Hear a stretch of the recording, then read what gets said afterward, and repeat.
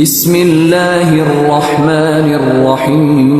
اللہ تعالیٰ نے قرآن میں کہا ہے کہ میں اس وقت تک تمہاری خلق نہیں بدلوں گا جب تک تم خود کو نہیں بدلتے ہیں۔ آپ کو اپنا نصیب بدلنا ہو، حالات یا واقعات، تو پہلے آپ کو خود بدلنا ہوگا۔ یہی حقیقت ہے۔ جو شخص رزق کی تنگی کا رونا روتا ہے، وہ اپنے گھر کی طرف دیکھے کہ کیا وہاں صبح جلدی ہوتی ہے، کیا وہاں رات جلدی سوتی ہے۔ رات گئے جگنے والے، موبائل پر فضول چیزیں دیکھنے والے دین کو شکایت کیسے کر سکتے ہیں؟ پیٹ بھر بھر کر کھانے والے اور شکر ادا کیے بغیر اٹھ جانے والے کیا سمجھتے ہیں؟ کیا اللہ ان کا رزق میں برکت ڈال دے گا؟ برکت کی ایک ہی شرط ہے، شکر۔ جتنا شکر کرو گے اتنا رزق بڑھا دے گا۔ آپ آن لائن بزنس کرتے ہیں یا جاب، اپنے پیشے کا انسانیت چیک کریں۔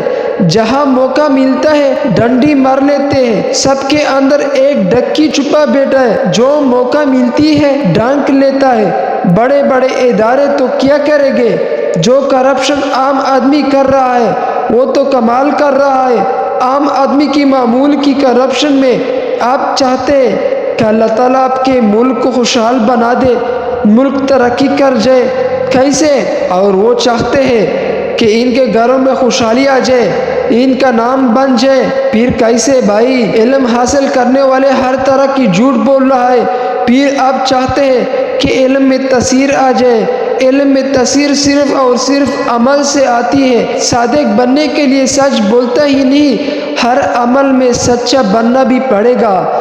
خاندان بھر کے گوشت سب مل بیٹھ کر کھاتے ہیں، یعنی خوب گوسپ کرتے ہیں۔ پھر چاہتے ہیں کہ آپ کی صحت ٹھیک رہے۔